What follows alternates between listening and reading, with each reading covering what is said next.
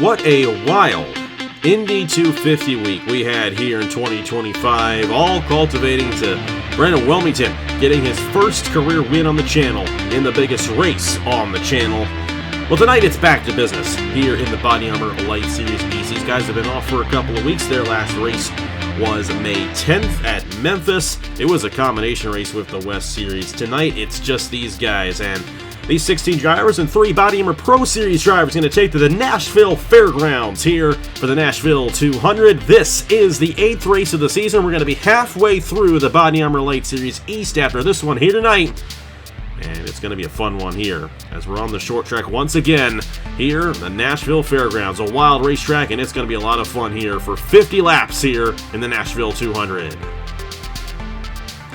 Hello everybody, this is AG here, coming off of a cold after attending the Indianapolis 500 this past weekend. So with that, a bit of a special broadcast. We got ourselves Eddie Dabbs and Ludovic Charette in the booth to call this one here tonight, and Eddie will have the main call for this one here in the Nashville 200, but we'll get you guys started, of course, with the information, what you need to know in the BodyArmor LYTE Series East. And this championship is between Alexander Rowe and Aaron Abel at this point at least. Campbell Marsh still a little ways back there. Ryosei Fujimoto as well has had a good season, but Alexander Rowe has definitely seemed to find a lot of dominance, and he starts on the pole position here tonight. And Eddie, I know you are looking at that number 40 machine and possibly getting his 3rd win of the season. How do you think it's going to play out for these guys here in the 50-lap race at Nashville Fairgrounds? I mean, I've called a bunch of BodyArmor Pro Series races with you so far this season where the main goal has been everyone's just got to beat Blaine Keys after the start he had. And I think given that Alexander Rowe didn't have, well, he had a really good start, but he didn't win the 2 races he has to his name until the last 2 Pure East races at Martinsville and South Boston. At this point, it is, for all of these drivers, all 15, I'm not going to count the BodyArmor Pro Series guys, this is a race against Alexander Rowe now. You need to get points, but you need to be ahead of Alexander Rowe if you're going to have any chance at a championship. So we're going to see how people take that. Some people, I think, might just wait for someone else to strike. Some people might be aggressive in a sort of do-it-yourself type of attitude. And, I mean, for Campbell Marsh and Aaron Abel, they're going to need to be do-it-yourself attitude because they are the closest to Alexander Rowe. And maybe they're the only cars that can catch with him. But right now, you know, we don't see them in the top 6 on camera right now. We see BB Ruiz to his outside, who's in 12th, and the 2 and well, of course, I immediately look at my notes and realize Aaron Abel is actually starting 3rd. So this is a really good for Aaron Abel to be. He can just, as long as he can push Alexander Rowe to the outside here at this track, I think he's going to help everyone in the field. They might even say thank yous to him in the garage. But it's on him right now to try and get under Alexander Rowe and try and push the leader back and gain some advantage for himself and everyone else in the field. Well, the thing is, Alexander Rowe is being chased down by Aaron Abel, so Aaron Abel doesn't care about the rest of the field. He doesn't care about those thank yous, because he's only 4 points behind Alexander Rowe coming into this race. And Ludovic, I'll ask you, you've been in that kind of position a lot in the Wall Cup Series where you have been second and haven't gotten the race victory. I know it's going to come at some point for you at some point here this season. But for Aaron Abel, chasing down Alexander Rowe in this championship, what does he need to do to get around Alexander Rowe and close it even more as we move into the halfway point of this season? It's all about patience. You don't need to push a lot. You just need to be confident. At this point, you know, he's starting 3rd. He's in a great spot. But this is a short track, and this is, you know, a tight racetrack, an old racetrack. They need to be careful not to get into contact, not to do any stupid moves. So yes, it's really just about getting patient. And hey, if you have 4 second-place finishes, it's incredibly frustrating, but it might give you the points lead. So in the end, it doesn't really matter if you win or not. You just need to be performant every week. And I feel that Aaron Abel has been able to do that a lot more than Alexander Rowe this year. Well, we'll have to see how it ends up shaking out for both of those drivers, and we'll see if anyone else gets a race victory in this one here today.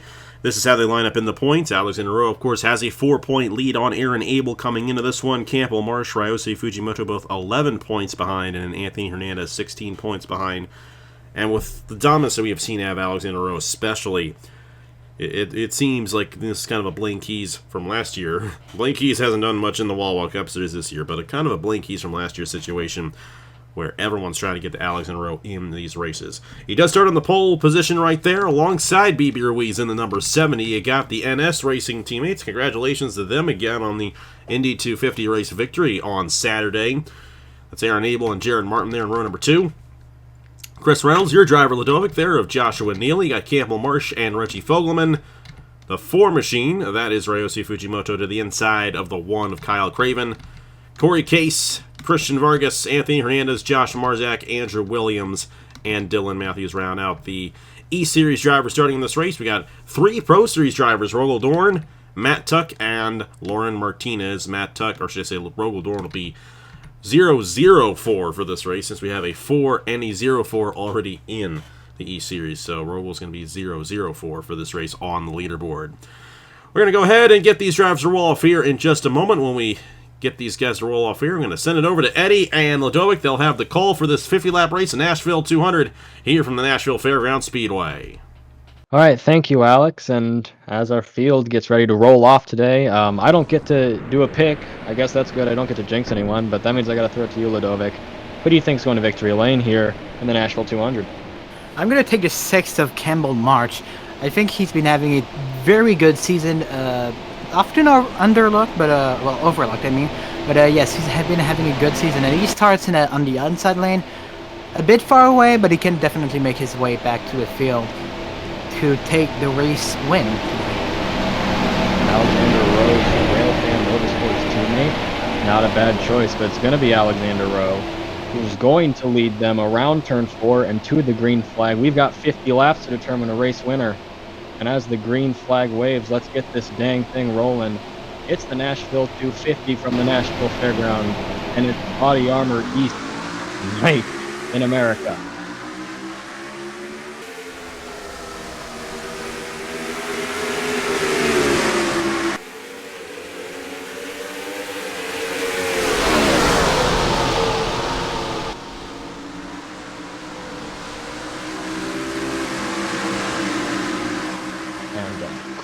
Crazy start for Alexander Rowe, but an even crazier slide up the track for Chris Reynolds.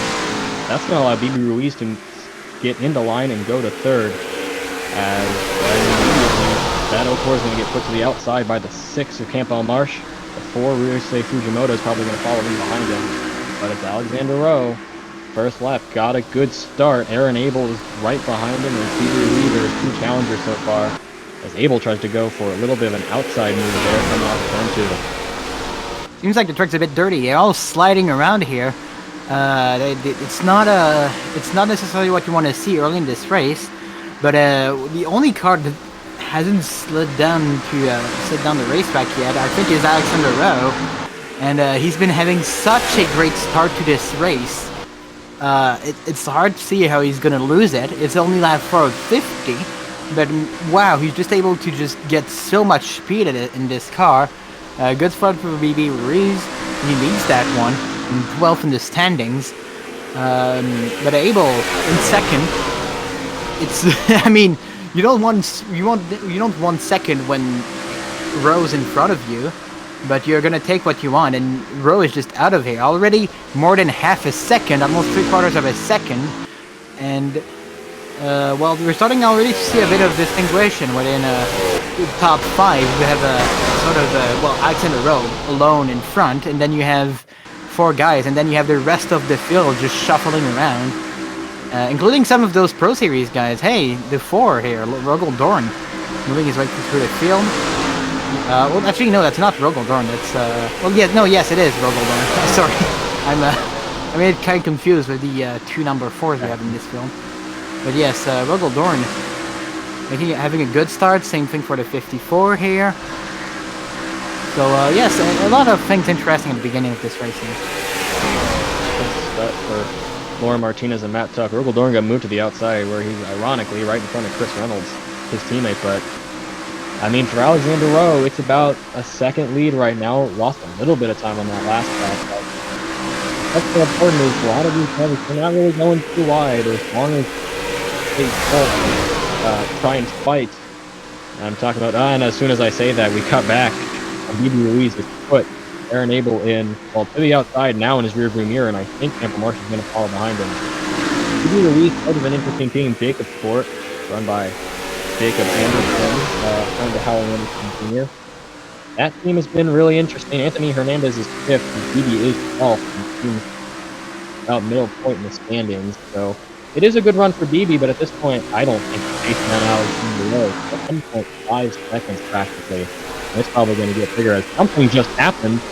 Here's the Motorola. Like the 8 of Corey Case. Tire damage, and is that gonna knock him out of the race?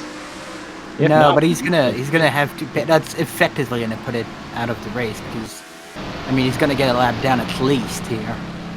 It's a long pit lane, so it'll take a while for him to get back out. Regardless, at least he's able to not cause a caution, albeit I think a lot of the drivers in this race really want a caution because Alexander Rowe is absolutely gone. It's almost up to 2 seconds.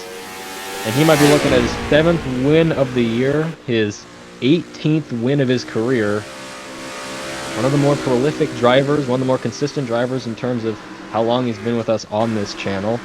He's got 4 Hearst Sprint Series wins, currently leading the Hearst Sprint Series standings as well, as Aaron Abel is actually starting to put the move on Camp El Marsh, who slides up terribly there.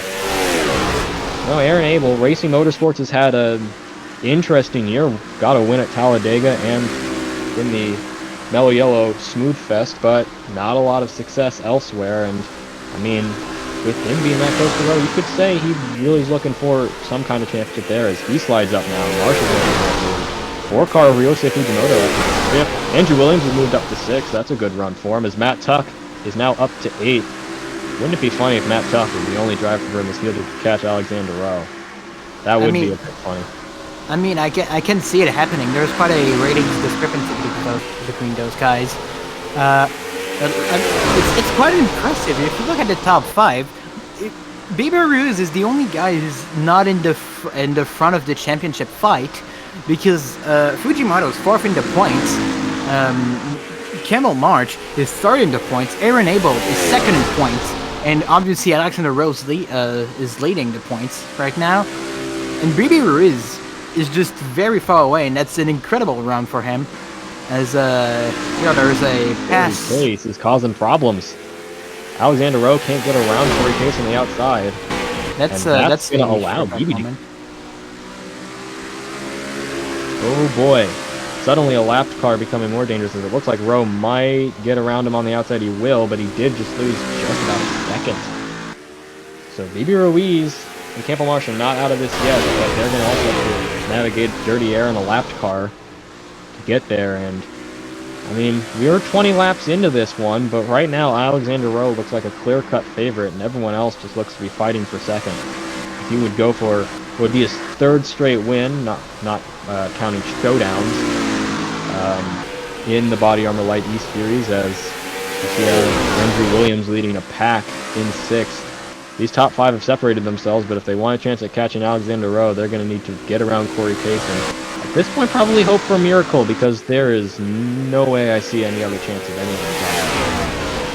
And Corey Case is has tires that are significantly younger than everyone around him, so that's going to make it harder to overtake, especially as we get later in that run, and they don't have pit stops in here, so there's not any opportunity to pass him for those guys around him without really waiting around him and overtake him on the racetrack. It seems like it's gonna be basically impossible to come back to Alexander Rowe without any kind of help, or even honestly, if we're talking about Alexander Rowe, the rest of this field, the rest of this top 5 is also getting significantly ahead, and now it's almost 3 seconds on the rest of the field. There's really just an elevation from some of these guys that are quite better than everyone else. It's very impressive, and Matt Tuck is now in 6th place. If he can get away from this massive pack,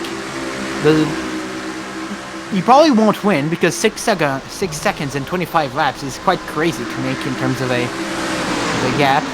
But he can maybe come back to those guys and maybe take a 2nd place. That would be quite a good one for him. It's basically just an entertainment thing for him, just something he does for fun. So yes, it's gonna be very interesting. And as they keep battling here, and if I'm up front, the only thing I'm worrying about is if there's a caution. There might be a caution with how close everyone is in the field outside of that top 5 that got away. And yeah, it's just 2 seconds now. 2 seconds, and Baby Riz has still not overtaken that 8. No, he hasn't.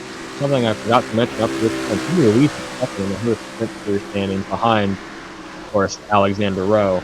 So he's done well in other series. He hasn't done, I guess, as well here as we have is that a caution? It is, and oh no, it's a hero of Joshua Neely, who is a Quebec Racing Team Kingfast car, is in a car owned by the person sitting next to me, Ludovic Charette, and that's going to bring off the caution with probably about 16 or 17 laps to go, and now Alexander Rowe, he might have a buffer, but he's got he no longer has 2 seconds on everyone else. The good thing for him is he's got Corey Case sitting in between him and BB Ruiz, but yeah, it's not good. He's been consistently faster than everyone, but you know, just go one slide into the wall, one terrible restart, and that could very well go away for him. We're gonna have to see what he does on the restart, but before then, let's throw it back to see what happened. It brought up the caution Joshua Neely in the inside wall off of turn 2, most likely. We'll come back to see what will hopefully be the finish of this Nashville 200. And here is my car. Yeah, we're gonna review this with the guys at the garage. That was just a massive engine failure. Piston just completely blew out of the car, and that's it for us. And that's a caution. And can Alexander Rowe still pull as many seconds as he did on the field in that second part of the race? We'll see as we'll go back live at the Nashville Fairgrounds Speedway. We are back from the Nashville Fairgrounds, and it turns out there's an engine failure that doomed Joshua Neely. Unfortunate, still looking, after just getting his first win at her Sprint Series Hillside, he was looking for his first win here, and unfortunately that's going to be an end to his night. But right now, Alexander Rowe looking to lead the entire race, all 50 laps. He's got BB Ruiz, and BB Ruiz, Aaron Abel, Campbell Marsh, and Ryosei Fujimoto, who have looked fast, and Matt Tuck, of course. But they got to get around Corey Case, who's a lapped car, down 1 lap. All right, 18 laps to go. Can Alexander Rowe hold off the field on this restart? Oh, it looks like he will, but BB and almost everyone else is going to put Corey Case to the outside, and they're going to, they're going to try and get around him quick. They really want to get to Alexander Rowe. They want to have clean air in front of him, but Alexander Rowe is just straight up gone. Watch out for Matt Tucker. He's the only car that has kept up with Alexander Rowe in terms of the gap when he was not battling with traffic. So if he can get away quickly enough, he might have a chance. But everyone else has just not been quick enough. No, they aren't, but he's stuck because Ryosei Fujimoto cannot get around Corey Case, except for, ooh boy, everyone slid up, and that's going to help Fujimoto, and that might help Matt Tuck a little bit. Time for BB. There's the 64 of Dylan Matthews, the other one of your drivers with just put Matt Tuck to the outside, is going to get by him for what will be 6. Matt's probably going to slide back down, and that's probably going to end his chances at the win, but maybe he can just hold the top 10. Up at the front, it's BB Ruiz, and he's just not putting together a good enough lap time to get to Alexander Rowe. As, man, the rest of this group stacking things up made it a lot more of a chance for a caution, but I mean, at this point, maybe some people are hoping for one, but again, we've seen engines fail so far, so the crash has not yet happened today. There's the 88 of Joss Marzak, and he get his way into the top 10. Top 10's shuffling around a bit as Corey Case put to the outside. Something there happened to Dylan Matthews as the 04 of Chris Reynolds just went right around him. And Reynolds is going to move into the 6th position. We're looking at times here. BB now down 9/10 of a second to the 40 across the line there. He gained some time though. Yeah, that Maybe Rowe happens. is gonna lose tires. That happens. Alexander Rowe just maybe made a mistake. Actually, no. I think Baby Ruiz is making time again. And this is impressive. Baby Ruiz has also put a second on third place. That's quite impressive, and he's gaining time again. So maybe Ruiz saved some of his stuff. Maybe that was why he wasn't overtaken here. And if that was, it could have been an incredible call. Also, we're kind of just seeing the same thing happen again. There's no real change in pace, which is interesting. It means that really there wasn't anything there wasn't probably anyone out of place in qualifying. And that's a good thing. It means we have a straight shootout. We don't have really anyone with terrible pace here today that managed to get in the top 10 quali. But yes, well, now Alexander Rowe's pulling away again, and that might be it, except if, because even if he starts gaining time now, if he gains 1 or 2 tenths, it's not extremely hard, but it's not the easiest to make a pass here. So he needs to gain time ASAP if he wants to have a chance at the lead and at the win today. He's going to have to. He's put enough time. It's practically Ruiz versus Rowe right now, but it's going to come down to, I think, Rowe making a horrible mistake on one of these turns.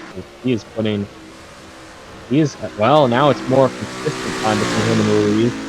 He's just going to have to fight for it. Again, this will be a huge win for BB Ruiz. He does not have a win in the Hearst Sprint Series so far, but he does have a win in the Haas IndyCar Series. This wouldn't be his first win of 2025, but it'd certainly be a really good one if he could make his way around Alexander Rowe. But there, another lap. He's going to really need some fall off in Alexander Rowe to lose this one, but I just don't think it's possible. Side note right now is that Rogel Doran's team, Dutch Atlantis Racing, with him in the race, is currently 5th and 6th, with Ryosei Fujimoto and now Chris Reynolds leading the group. But Rogel is nowhere to be seen, falling all the way to the back of the pack.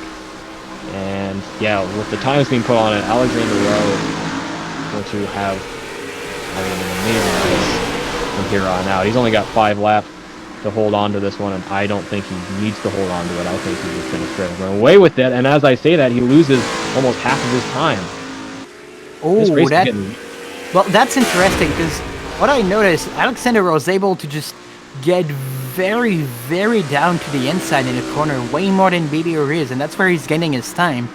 But I suspect that the sort of inconsistency in his time might be just him biting a bit that inside, that apron here, and just getting the car a little bit too unstable, and that's dangerous. I don't think it's gonna cost him the race lead or the race lead win, because it's just too late for that. But that's gonna be something for him to improve these next few races. But I'll say this: why is Alexander Rowe not in the Wobble Cup Series? And somebody needs to sign him.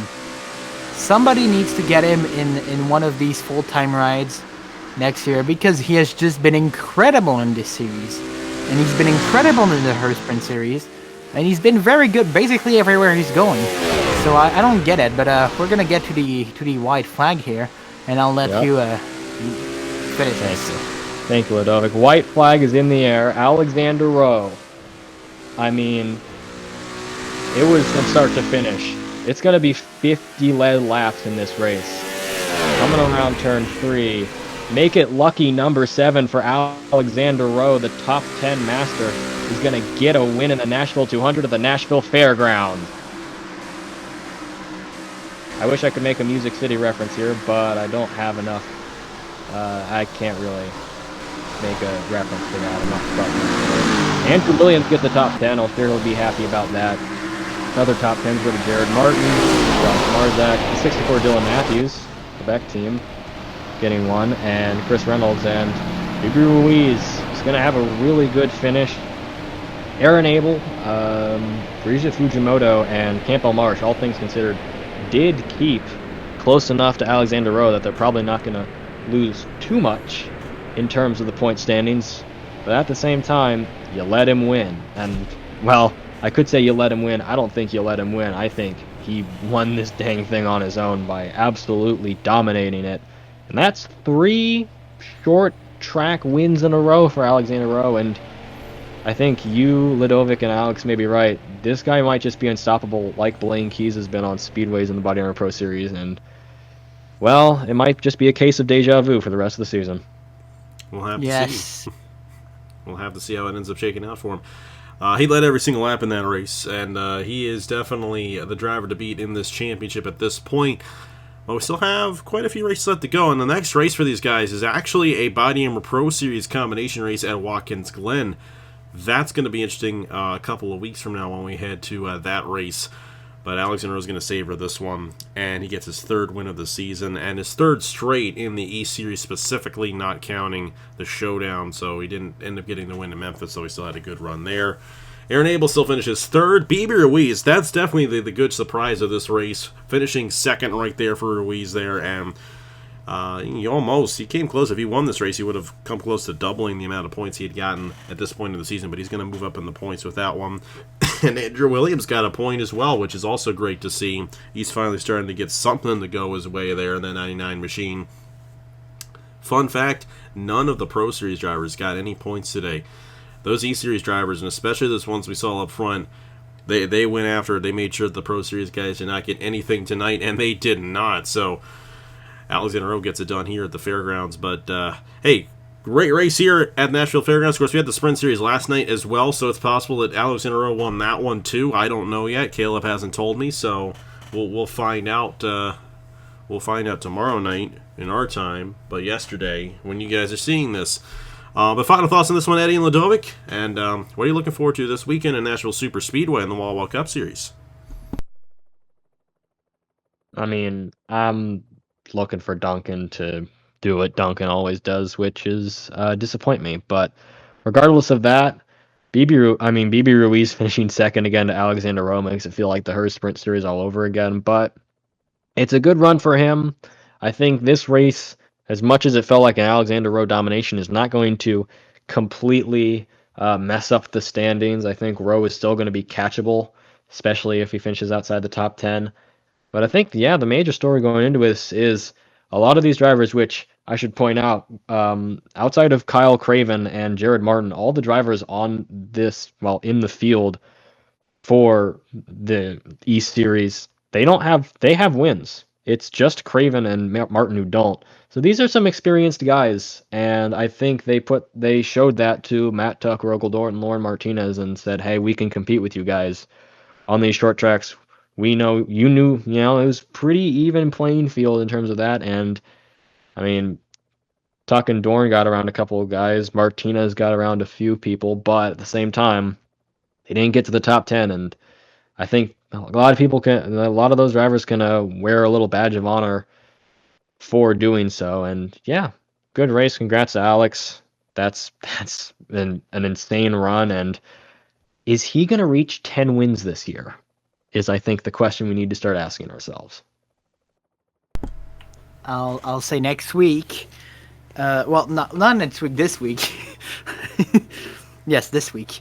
What I'm watching for at Nashville Super Speedway? Can I get a win? No. More seriously, can we see some of these drivers who have had good runs at Charlotte and at some of the other speedways continue to have some as we get closer to the chase?